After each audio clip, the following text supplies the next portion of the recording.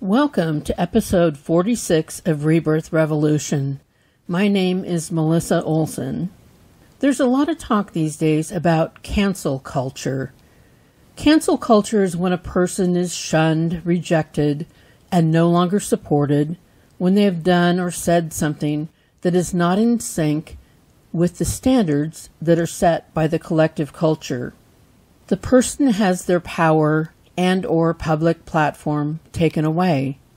Since the collective culture is the average of the different levels of spiritual awareness of everyone it contains, the line between what is acceptable and not acceptable is an ever-changing thing. What people could do or say just months ago without consequence now have become problematic. This makes some people furious. But keep in mind that as people rise in their level of spiritual awareness, what they once tolerated soon becomes unacceptable. We are in a time of unprecedented growth. The fact that the collective culture is calling out people, businesses, and institutions is a sign that we are all growing. That is to be celebrated. Our goal in the Rebirth Revolution is for everyone to move forward, for everyone to reach higher levels of spiritual awareness. Holding each other accountable is our sacred duty. People, in general, are not crazy about accountability. It's only those at the highest levels of spiritual awareness who invite the revealing of their gaps in awareness. Only those at the highest levels realize that having those gaps pointed out are the assists that they need to get to the next level. Everyone else is more apt to deny and resist, which keeps them stuck. We struggle to figure out a process by which we can expect more of others, offer them their missing guardrails, while allowing them the space to figure out where they were wrong, how to make amends, and go forward making better choices. If we can't figure this out, we don't have a clear path to personal growth. Moving forward in the rebirth cannot happen if we simply throw people in a trash heap when they demonstrate their gaps in awareness. That gets us nowhere. We need for them to have a way forward that is marked by true growth and greater understanding. Much of the news that we are taking in daily is discouraging. It's hard to feel encouraged when you see everything around you on fire. When we witness people acting in ways that are selfish, ill-informed, and cruel, we want to peel off from the crowds and live in our own comfortable bubbles. When discouraged, we feel these people will never change, that they will never grow. But that is a mindset that we cannot afford. We need to stay in a space where we realize that everyone is here to grow, and that everyone has the capacity to grow. That belief has to be tempered by understanding that they must grow from where they are up to the next level. They have to take it a step at a time. Some of this growth is almost hard to detect, and certainly hard to cheer on, like the growth of a person who is at a kindergarten level of spiritual awareness, who kills people without thinking twice. It's hard to break out the applause when they move to a first grade level of spiritual awareness, when they won't kill people with their own bare hands, but will get someone else to do it for them. It's hard to get excited about that demonstration of growth, but it is growth. In our minds, we want the person who is at a kindergarten level of spiritual awareness to have the flash of recognition that will suddenly make them, say, a 7th grader. But that's not possible. Each grade level must be experienced and the tests of that grade level passed. Recalibrating our expectations will be difficult, but it releases us from the misery that unrealistic expectations always bring. Couple that with the people rarely being able to see that they may be wrong, and you see how we are where we are.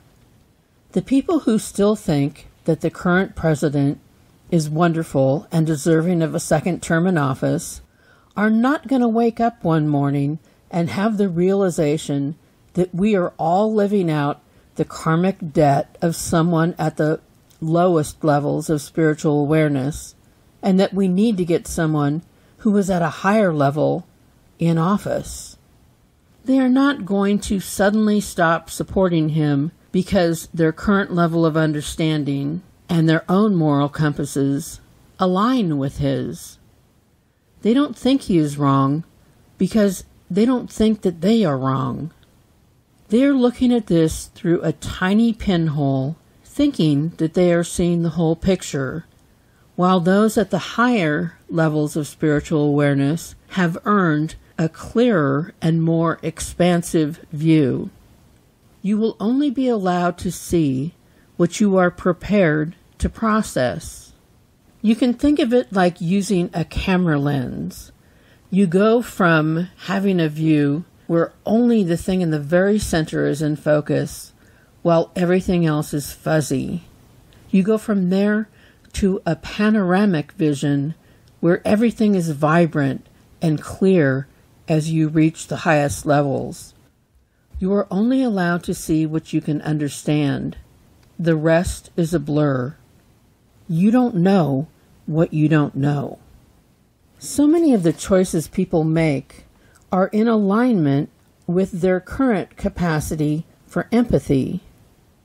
We lose patience with people who are incapable of demonstrating empathy, but it's because empathy is still something fuzzy and elusive in their vision.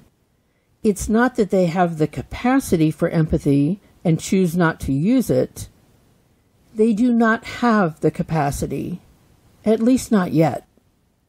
You can talk all day long to people about the facts and feelings that you think should be obvious to them, but that rarely moves the needle. It's all just fuzzy nonsense to them. The process of growth is the never-ending process of expanding our focus and understanding. It's about taking what is still fuzzy for us and pulling it into focus, which allows us a fuller, richer experience.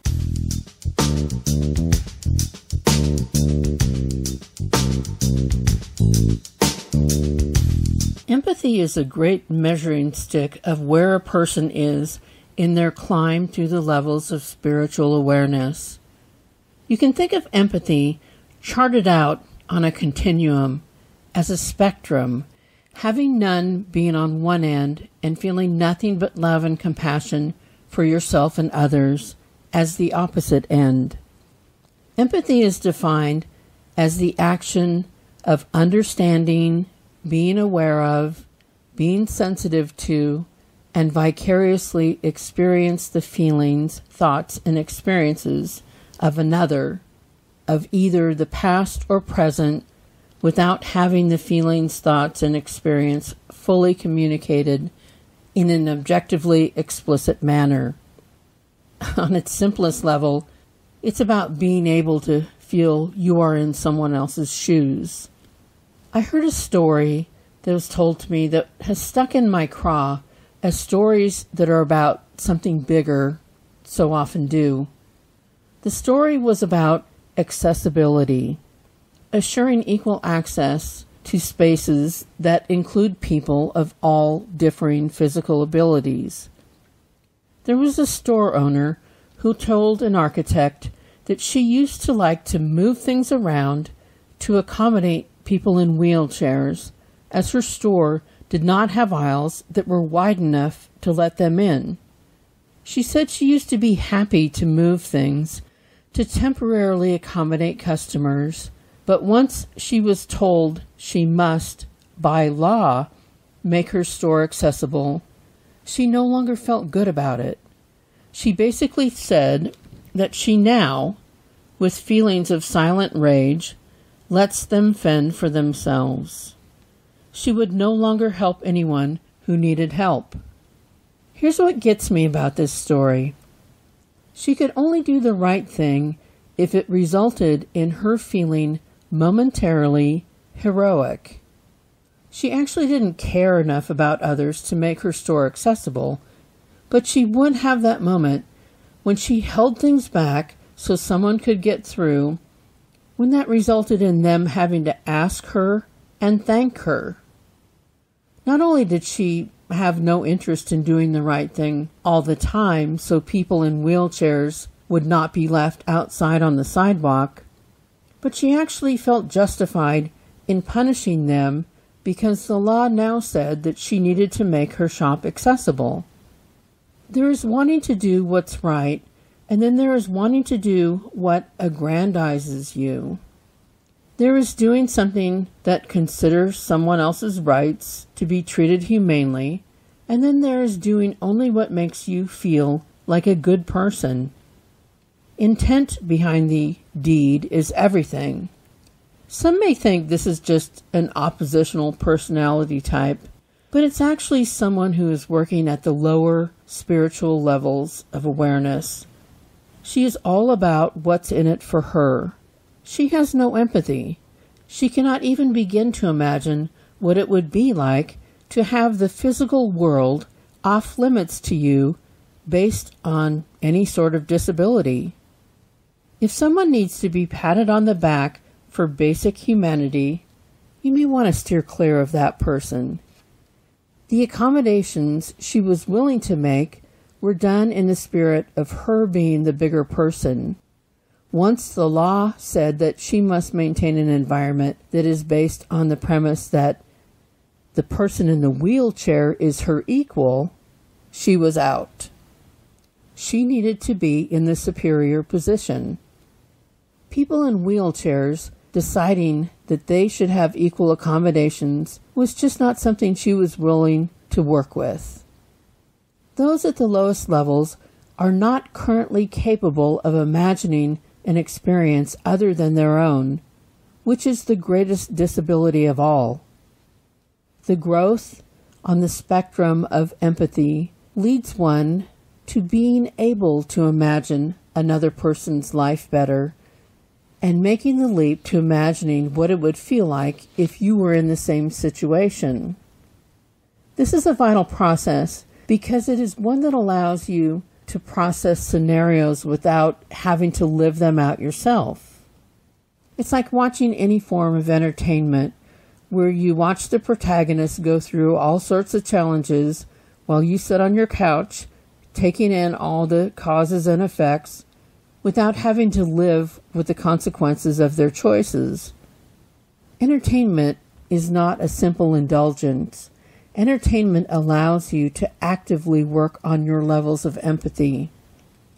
It's like starting an episode of Queer Eye thinking that you have nothing in common with the subject of the makeover when the show begins, and ending the episode sobbing and fully invested in a person you knew nothing about an hour before. This connection is very healthy, an essential part of remembering that we are all in this difficult school together, all working on ourselves, all making mistakes and learning things the hard way. We share the same fears and insecurities. We are all just seeking peace, love, and acceptance.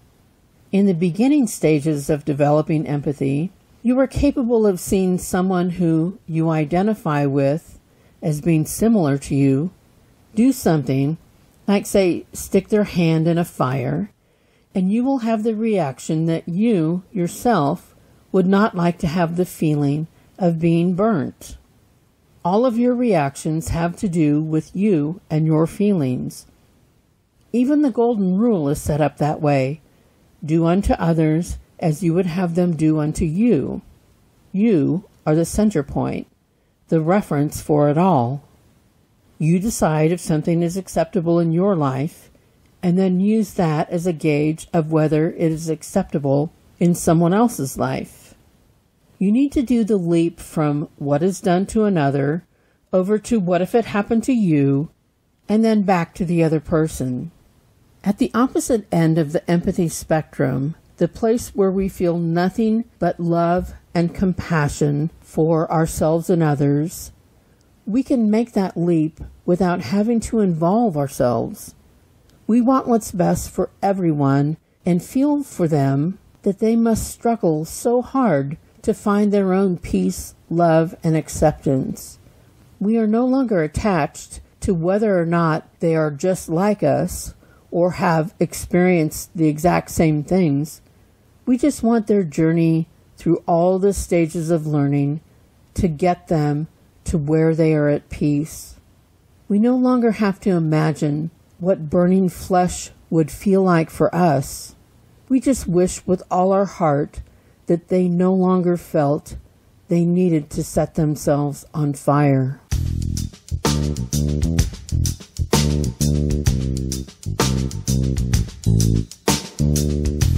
Thanks for being here this week. Thanks for being open and willing to stretch. You've made it through another week of the entire world being on fire. I hope you are healthy and safe and that you know you are loved. If you have any questions, email me at rebirthrev@gmail.com. I invite you to follow us on social media. I am posting the full episodes on our Facebook page now, in addition to putting them up on all the podcast apps, YouTube, and SoundCloud. Until next week, continue to watch the raw footage of the protests, especially in Portland. Shout out to the moms. Check in on those you love. Watch something that stretches you, and wear your mask. Remember, you are loved exactly as much as every other person on the planet, not 1 ounce more or 1 ounce less. Stay open and humble and safe.